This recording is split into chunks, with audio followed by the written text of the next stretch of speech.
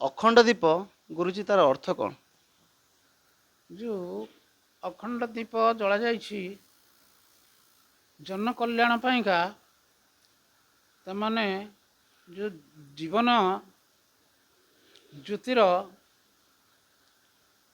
ପ୍ରତୀକ ସ୍ୱରୂପ, ଯେମିତି ଜୀବନକୁ ଅନ୍ଧକାର ମାର୍ଗରୁ ନିବୃତ୍ତି କରି ତାମାନେ ସତ୍ ମାର୍ଗରେ ପରିଚାଳିତ କରିବା, ଯେମିତି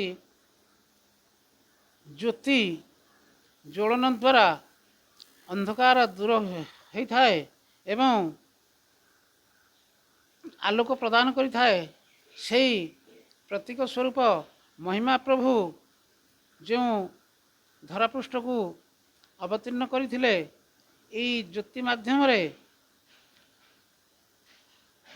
ଲୋକମାନଙ୍କୁ ପ୍ରେରଣା ଦେଇ ଏହି ଉଜ୍ଜଳ ମାର୍ଗରେ ପ୍ରେରଣା ଦେବାର ଏକ ପ୍ରତୀକ ସ୍ୱରୂପ ଏବଂ ଜଗତ କଲ୍ୟାଣ ପାଇଁକା ଏହି ବ୍ରହ୍ମଧ୍ୱନି ସ୍ଥାପନ, ଅଖଣ୍ଡ ଜ୍ୟୋତି ଅର୍ପଣ ଏହିସବୁ କରାଯାଇଛି। ଯେଉଁ ଘୃତ ଦ୍ୱାରା ଆମେ ପରମ୍ପରା ଯୁଗରୁ ରହିଛି, ଯଜ୍ଞ ପଦ୍ଧତି ଦ୍ୱାରା ବାୟୁମଣ୍ଡଳ ଶୁଦ୍ଧିତ ହୋଇ ଆକାଶରେ ଘନୀଭୂତ ହେଲେ ମେଘାଚ୍ଛନ୍ନ ଦ୍ୱାରା ବାରି ବର୍ଷଣ ହୁଏ।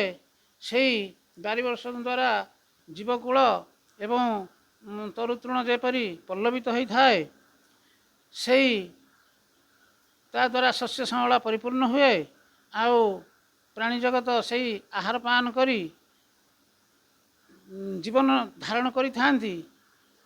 ତେଣୁ ସେହି ଉଦ୍ଦେଶ୍ୟରେ ଏହି ବ୍ରହ୍ମଧ୍ୱନି ବା ବ୍ରହ୍ମଯଜ୍ଞ ବ୍ରହ୍ମଜ୍ୟୋତିର ପ୍ରକାଶ କରିଛନ୍ତି। ତେଣୁ ପ୍ରତି ଯୁଗରେ ମଧ୍ୟ ସେହି ଘୃତାହୁତି କରାଯାଏ, କିନ୍ତୁ ମହିମା ପ୍ରଭୁ ଅଖଣ୍ଡ ଭାବରେ ସେହି ଜ୍ୟୋତିକି ପ୍ରଜ୍ୱଳନ କରିବା ପାଇଁକା ଉପଦେଶ ଦେଇଛନ୍ତି। ଆମେ ଅନ୍ୟ ଜ୍ୟୋତି ଜାଳୁଛେ କିନ୍ତୁ ସିଏ ଖଣ୍ଡନ ହୋଇଯାଉଛି, କିନ୍ତୁ ଅଖଣ୍ଡ ଭାବରେ ସେଇ ଧ୍ୱନି ହେଉ ବା ଯଜ୍ଞ ହେଉ ରଖାଯାଏନି। କିନ୍ତୁ ମହିମା ପ୍ରଭୁ ଯେଉଁ ଉପଦେଶ ଦେଇଛନ୍ତି, ଏହି ମହିମା ଗାଦିରେ ଯେଉଁ ବ୍ରହ୍ମଧ୍ୱନି ବା ଅଖଣ୍ଡ ଜ୍ୟୋତି ସେ ଅଖଣ୍ଡିତ ଭାବରେ ରହିଛି, ତାକୁ ସୁରକ୍ଷିତ କରିବା ପାଇଁକା ବାବାମାନେ 3 ଟାଇମ୍ ତାକୁ ପ୍ରଜ୍ୱଳନ କରନ୍ତି।